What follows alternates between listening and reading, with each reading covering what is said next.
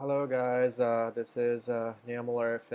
So this is gonna be my first video out here, and I'm gonna show it to you how to install CentOS Linux distribution over Oracle VirtualBox.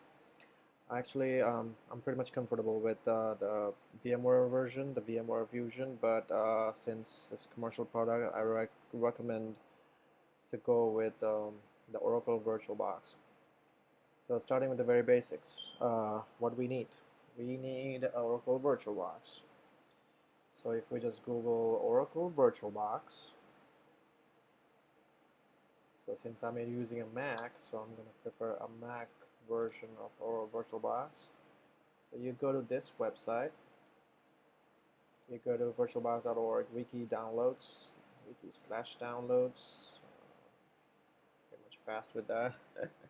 And you are going to download the XOS 10 hosts, x86 AMD 64, provided that yes, your system is a 64-bit system. So since I have already downloaded this product, so I'm gonna just cancel it. And you gotta download this 109 megabyte file and install it on your computer. And again, with that, we need a distribution of CentOS. And we are going to use not the latest version because I think that's not a stable version at all at this moment. So I'm going to use a 6.6 or a 6.5. Is there? Oh, there is no 6.5. So there is a 6.6 available right now. This is a 64-bit machine, so I'm gonna use a x86-64, and I'm gonna take any one of the mirror. I don't know. I always prefer to choose any mirror with .edu. So if I can find a .edu, so this is a .edu. I think that's the perfect one because it is a personal preference. This is nothing like you have to do it. And we're gonna choose the 6.8664 bin dvd1.iso. I click this and it's gonna start downloading over here in the bottom. So I have already downloaded this 6.6, 6.5. These are mostly the installation process are same. I do have a 6.5 in my computer, so I'm just gonna cancel it now.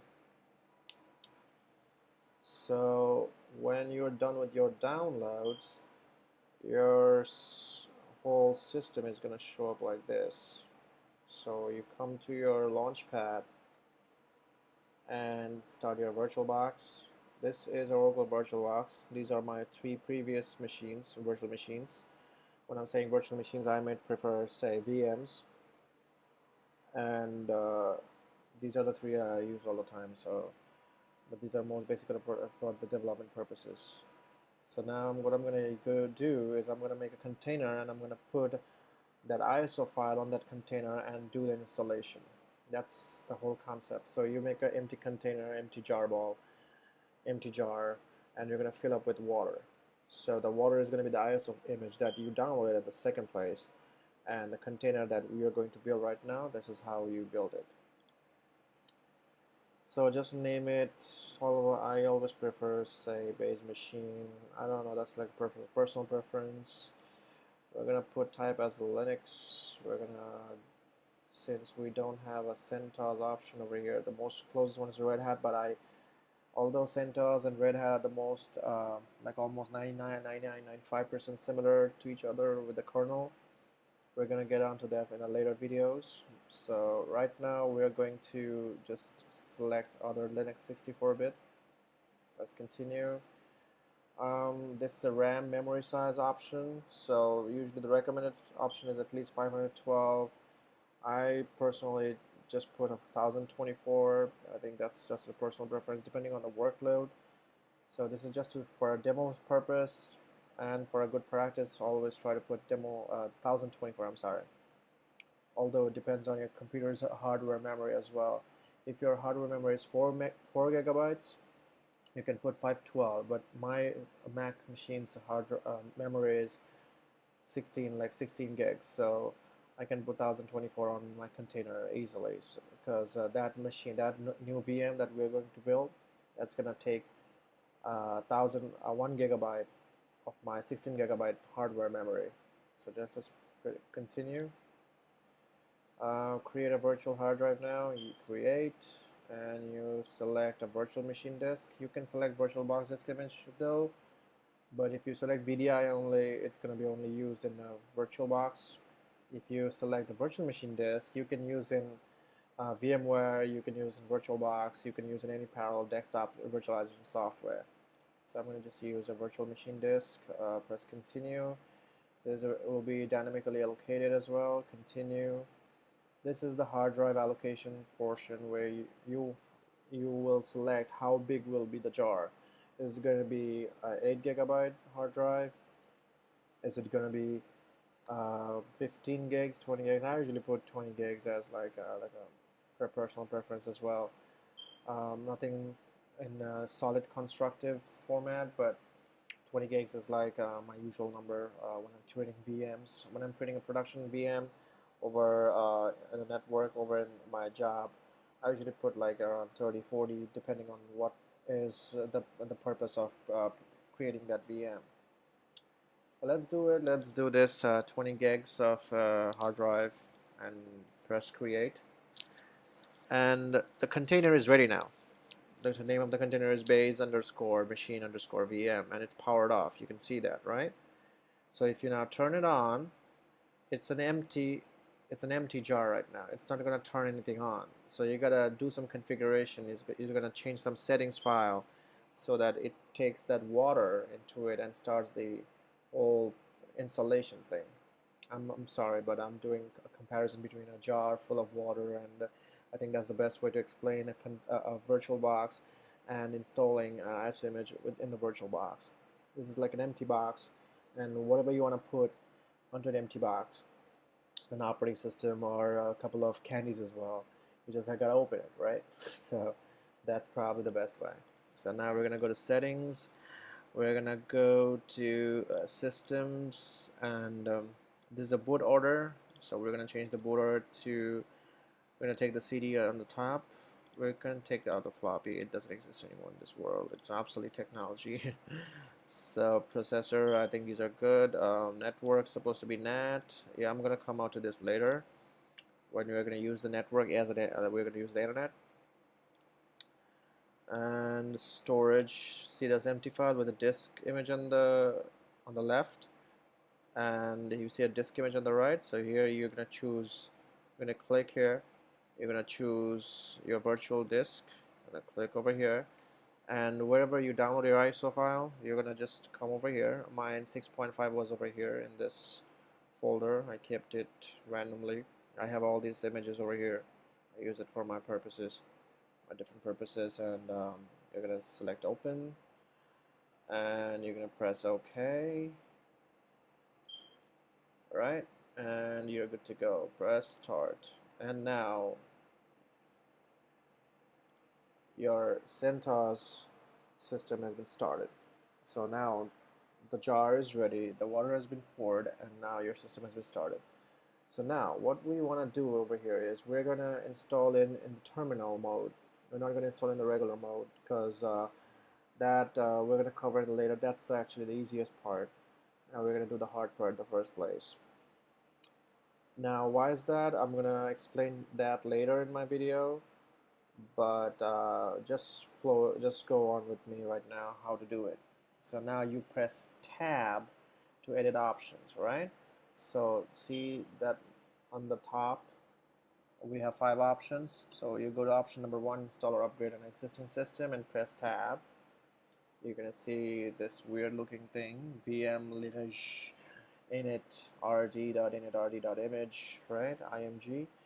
So now you type space Linux space text, and you press enter. It's going to start the text mode installation of the Linux distribution. I always prefer to choose CentOS on the top of anything.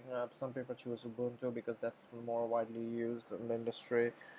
not in the industry, but for the desktop platform. But in the industry, when you're dealing with the servers and dealing with a lot of other configurations, Red Hat and CentOS, they are like identical almost. So I always prefer to choose CentOS because it's easier and it's much more comfortable. I'll probably I'm like used to CentOS and Red Hat all the time, so that's why probably I'm biased to CentOS. So anyways, let's move into this. So disk found, we don't want to do the media test. Press skip, and it's gonna go through.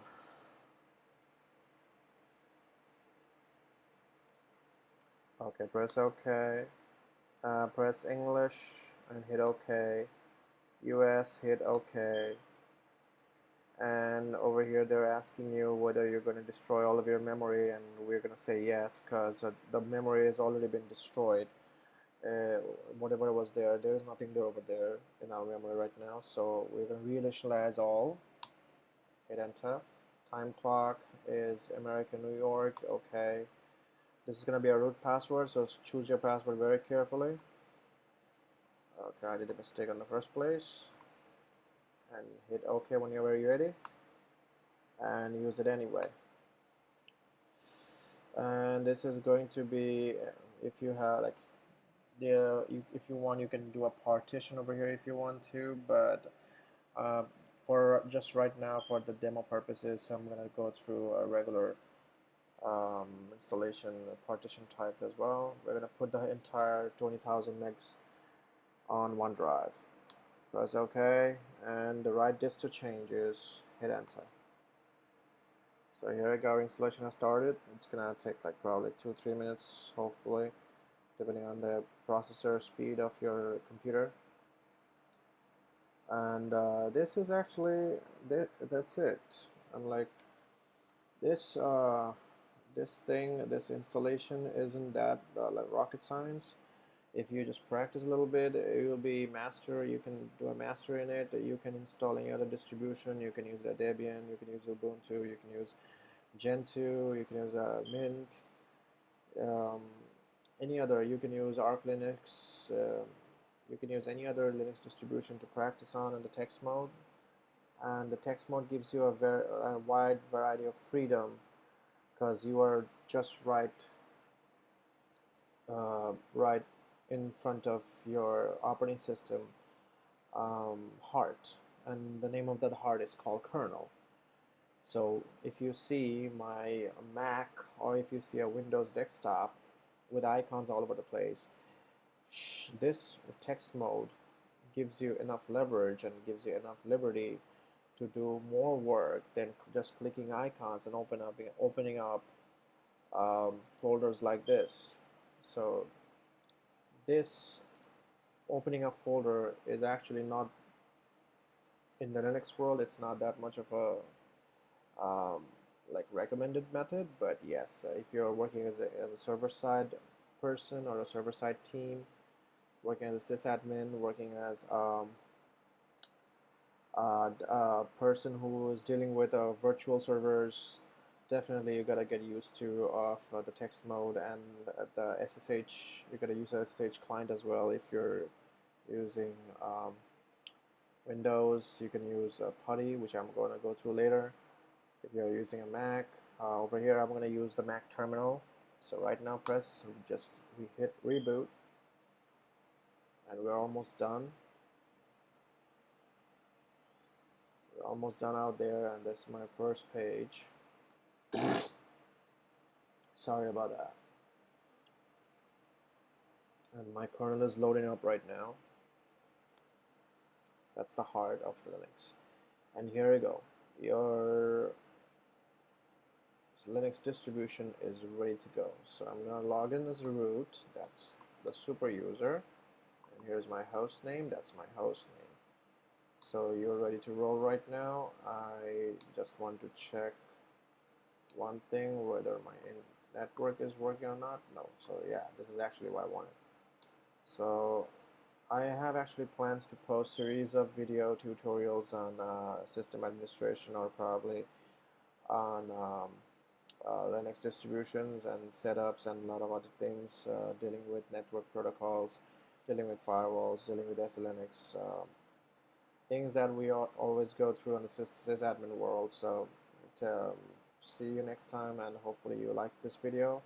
I'm sorry in advance if I did any mistake, because it's actually my first video, so I want you guys to support me, and I want to hear constructive feedback from you.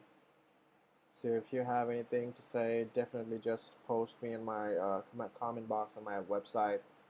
I'll get back to you definitely with a much more a better version of the video or the upcoming videos. Thank you very much. Bye bye.